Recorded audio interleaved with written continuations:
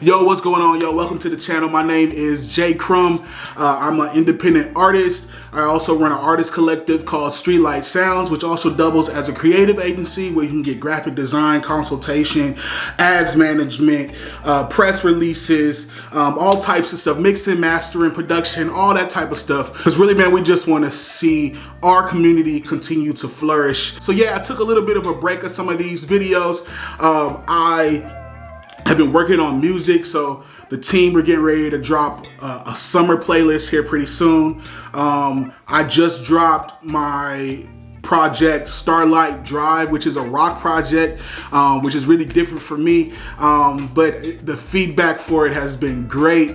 And then I'm also working on the album, and we're almost done with that. I'm excited to be back, and I'm excited to be working again on videos like this. So for today's video, I want to paint a scenario for you. You're an independent artist, you don't got a whole lot of money, but you got this new project that you're trying to put out, whether it be a single, EP, or an album, right? You're trying to figure out the best ways to try to get this music out in front of people.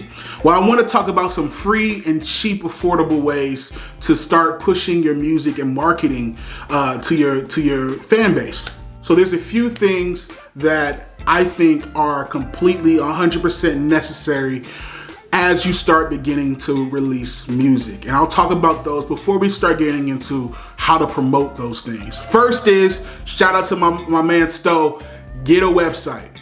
Get a website.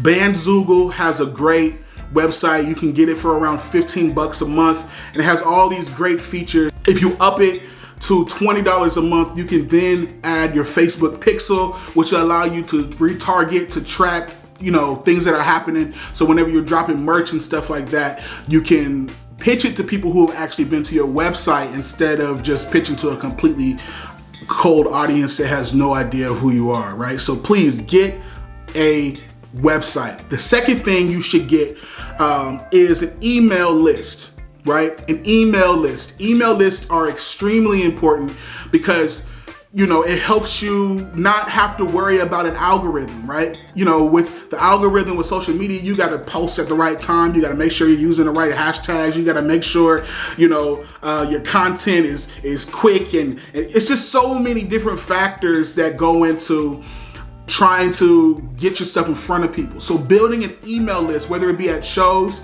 you know, at your product table, people come and they sign up for your email list, whether it be you offering some type of incentive online for people to sign up to your email list, but you want to try to get as many people into that email list as possible. So yes, be building an email list. That way you're guaranteed to get directly to the fan. The next thing you should have is have a press kit, an electronic press kit. And you can have that hosted on your website. You can use something like Sonic Bids, which is like $5 a month. The press kit is good because basically it's like a resume for your band. And so when you're sending it to blogs, or you want to get on a tour, or you're trying to get some type of coverage, you want to have this press kit. You want to have this there so that people are able to get as much information as they can. It makes it easy. It answers really all the questions that a person is going to want to have in regards to your album, or you, or your EP, your single, or whatever. So yes, have that press kit. Okay, so now that we have these things, right? We got the website, we got the email list, and we got the press kit. Now we can move on to finding more free and cheap ways to promote your music, right? To promote your new album or to promote your new single, for blogs, I would do, like, if you're trying to get on a Lyrical Lemonade, or you're trying to get on an Elevator, or you're trying to get on a Rapzilla, you're trying to get on things like that, go and check their site, right? Check their site and find out what their submission guidelines are. I would say create a chart, create a spreadsheet that has the email, that has the submission type, the submission guidelines, and you want to then send out individual emails to these places about your new project, right? And so you can send that out to them. So having your press kit for those things are very, very good. It's very, very helpful. It answers a lot of the questions. Having some sort of write-up about your song, it just helps people cover your song better. For some of the harder ones, like I know I mentioned Lyrical Lemonade, you probably aren't going to get an email back if you use that way. So what I do is I find artists who are similar to me, right? So if there's an artist that's around the same size as I am who got covered by Lyrical Lemonade, I go to their article, I look at the person who wrote it, find them on social media, send a couple like real responses about why you like their article. Be genuine as you possibly can, and then see, hey, what would it take for you to check out my music and possibly cover me? And then from there, if they're okay with it, then send your press kit, right? Another way to get covered in blogs is using Submit Hub. Submit Hub, it does have a cost to submit to certain websites. And most of your submissions are probably going to be rejected. I'll just be honest with you. But for the it's not always about getting the big coverage. Sometimes it's good to just get a bunch of small to mid blogs to be covering you, because you just want some of that social proof, and you never know who's going to come across it. But Submit Hub is really great for landing playlists. Submit Hub is really great for landing a lot of those mid-sized blogs. It's really great for landing like Instagram posts on your music as well. It's good for landing on YouTube channels as well. And so use Submit Hub as well. Submit Hub is really, really good. The next tool is landing playlists. Using Spotify playlists. Spotify playlists are a great way to get your music featured and get more streams and kind of get discovered more often. So I don't suggest paying for playlists, right? Because a lot of those services, some of them are legit, but most of them, especially the ones that guarantee you numbers, they're really shady. They use bots, they use all these different things. Don't fall into that. I fell into that before.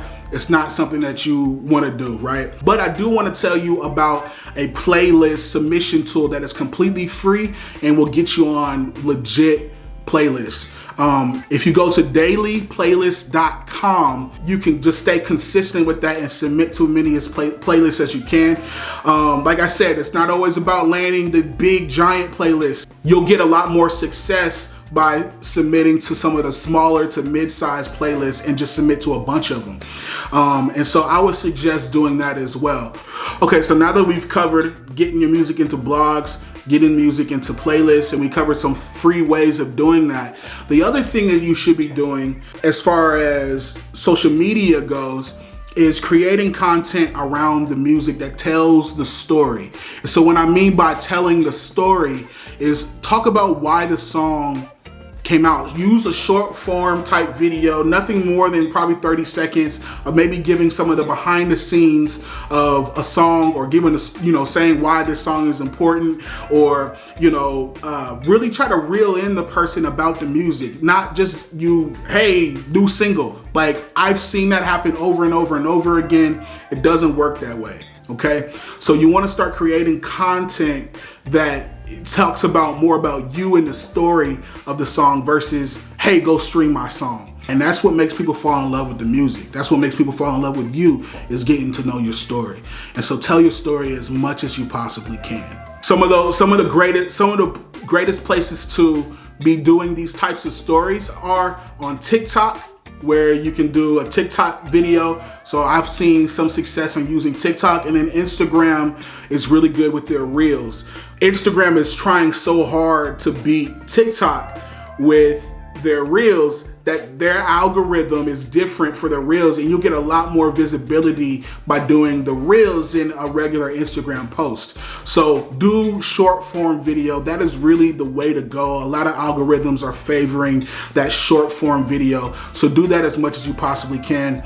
I hope these were helpful. If you drop the album, you're like, hey man, I would just like a little bit more guidance, I would like a little bit more help on this, please don't hesitate to reach out to us at streetlightsounds.co. Set up a consultation. They're not expensive at all, and we want to be able to help you as much as we possibly can. We want to help hone your brand, just help guide you, man, and help you with your releases and everything like that. Any way that we can help you as an artist, we would love to be able to do that. So please don't hesitate to reach out at streetlightsounds.co. Hit up the consultation tab, and we would love to be able to talk more with y'all. But yeah, we love y'all. We appreciate y'all. We want to push the culture forward. Thank you so much for watching this video.